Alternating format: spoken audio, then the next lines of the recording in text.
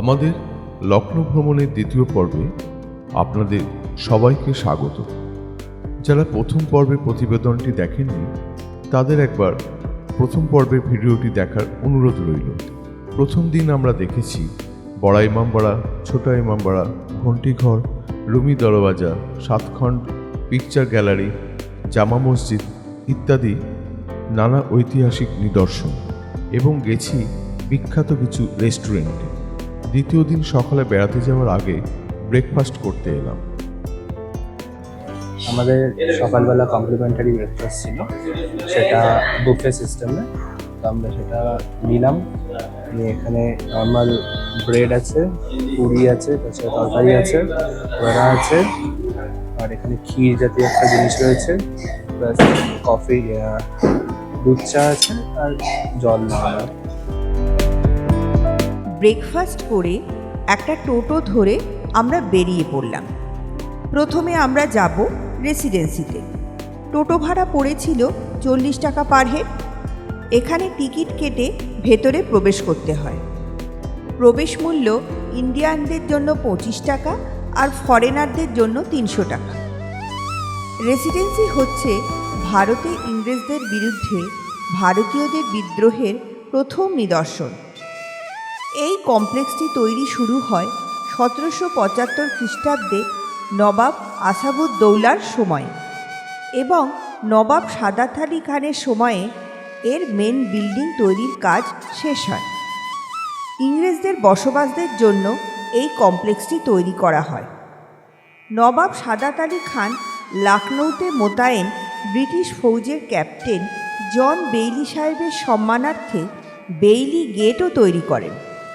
ব্রিটিশদের অত্যাচার এবং 7ই ফেব্রুয়ারি 1856 সালে নবাব ওয়াজিদ আলী শাহের কলকাতায় নির্বাসনের জন্য আওয়াধের সাধারণ নাগরিকরা ইংরেজদের ওপর ক্ষিপ্ত হয়ে ওঠে। 30শে মে 1857 সালে ব্রিটিশদের বিরুদ্ধে তারা যুদ্ধ শুরু করে।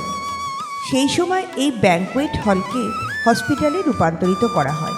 কামানের গোলায় ও বন্দুকের গুলিতে এফোর ওফোর হয়ে গেছিল রেসিডেন্সির দেয়াল। এখন এর কোনো ছাদ নেই। এটি ইংরেজদের বিরুদ্ধে ভারতীয়দের প্রথম বিদ্রোহের নিদর্শন। বর্তমানে এই কমপ্লেক্সটি আর্কিওলজিক্যাল সার্ভে অফ ইন্ডিয়ার তত্ত্বাবধানে আছে। এই কমপ্লেক্সটি ইউরোপিয়ান এবং ইন্দো ইসলামিক স্থাপত্যের নিদর্শন।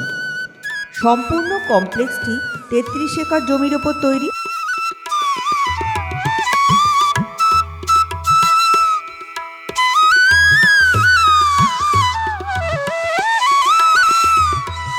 এটি হচ্ছে রেসিডেন্সির মেল বিল্ডিং। এছাড়াও এখানে treasury house, doctor Fayrer's house, slaughter house, Begum Kothi, museum, Imambara ইত্যাদি আছে।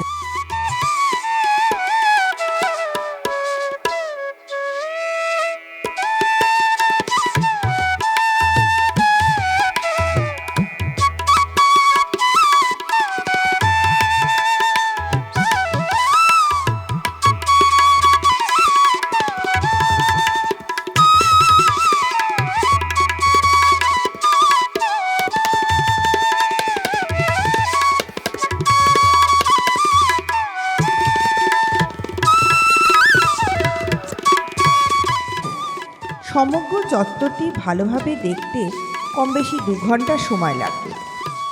এটি হলো 1857 মেমোরিয়াল মিউজিয়াম।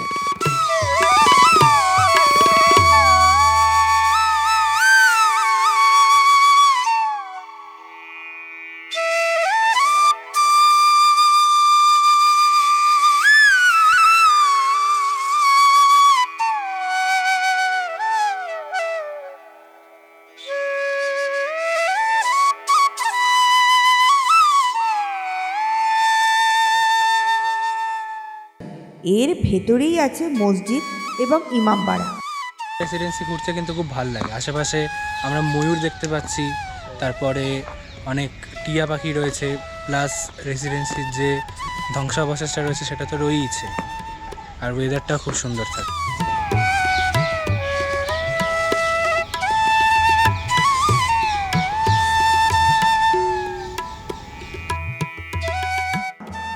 এটি হলো ব্রিগেড মেস।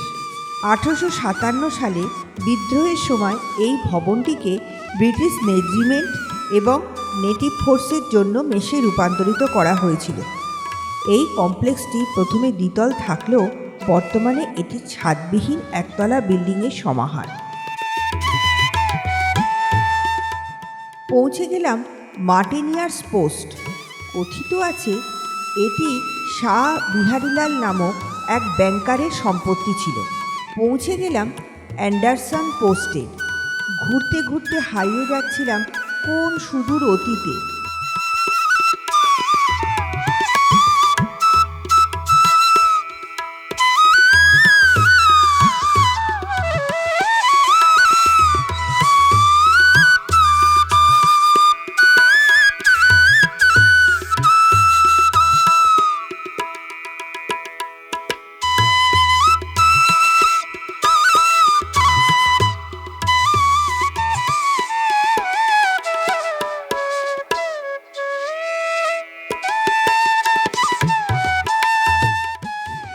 এখানে মাঝে মাঝেই দেখা মিলছিল ময়ূরে।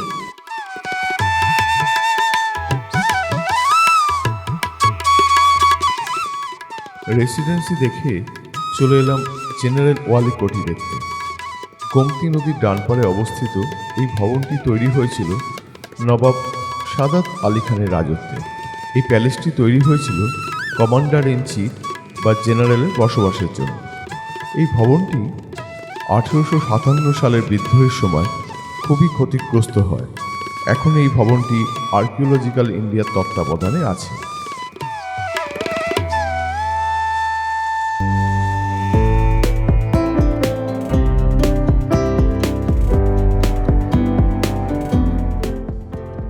এরপর আমরা এলাম ফরহাদ বক্স কোঠি এবং 76 মঞ্জিল বা আমব্রেলা প্যালেস দেখতে। এই ভবনগুলি তৈরি শুরু হয় নবাব গাজীউদ্দিন হায়দারের সময় এবং শেষ হয় তার পুত্র নবাব নাসিরউদ্দিন হায়দারের সময়। এই ভবনটি আওয়াদের শাসক এবং তাদের পরিবারের থাকার জন্য নির্মিত হয়েছিল।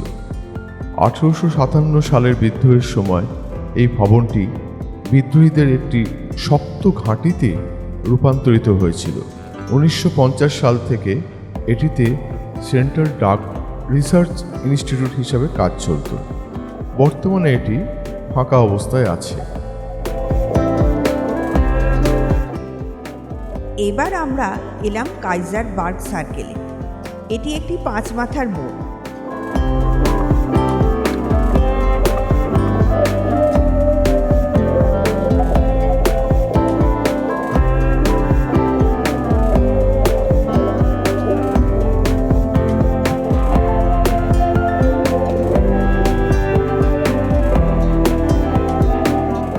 এবার আমরা চললাম সাদাত আলী খানের মকবরা দেখতে। পথে পড়ল সফেদ বারাদারি। এটি তৈরি করেছিলেন নবাব ওয়াজেদ আলী শাহ।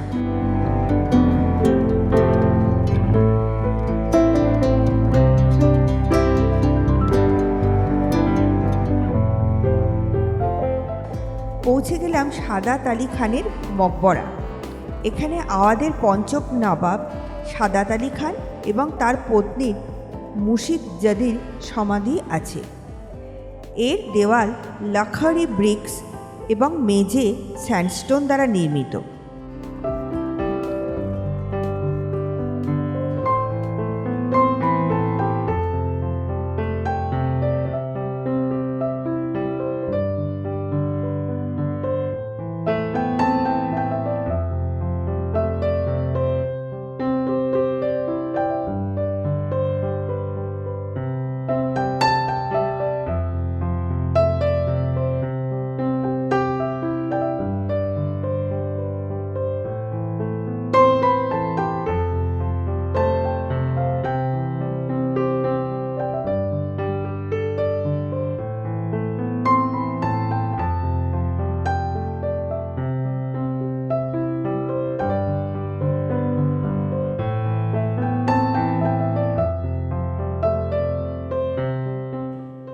এখান থেকে আমরা এলাম শাহ নজাফ ইমামবাড়া দেখতে। এটি 1818 সালে নবাব গাজীউদ্দিন হায়দার তৈরি করেছিলেন। তিনি ছিলেন লাস্ট নবাব ওয়াজির। এখানে গাজীউদ্দিন হায়দারের মৌসোলিয়ামও আছে এবং এর ভেতরে ছবি তোলা নিষেধ, তাই ভেতরের ছবি দেখাতে পারলাম না।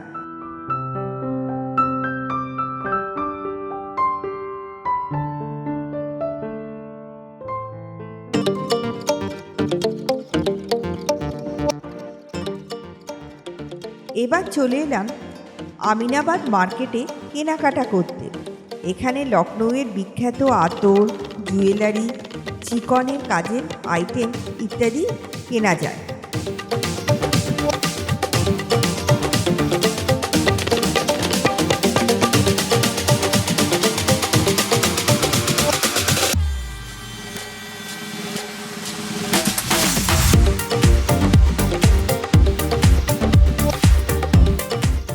আমরা এলাম লখনৌয়ের বিখ্যাত 118 বছরের পুরনো তুন্ডে কাবাবি রেস্টুরেন্টে।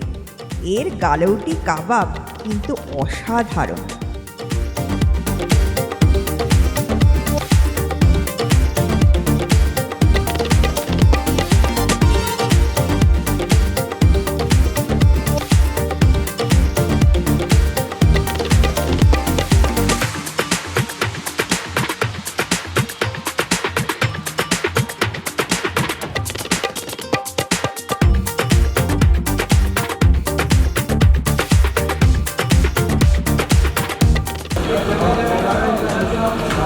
নরম আছে।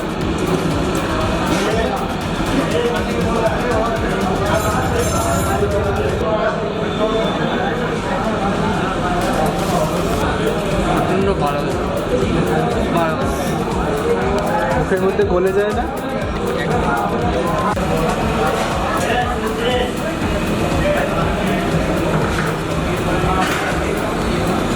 এটাও খুব ভালো। গালাটিটা বেটার খেতে, বাট এটা গালৌটি কাবাবটা এতটাই ভালো লাগলো যে আমরা আরও 1 প্লেট অর্ডার করে নিলাম। তার সাথে একটা হাফ প্লেট মাটন বিরিয়ানি। এটা টেস্ট করে বলবো কেমন খেতে।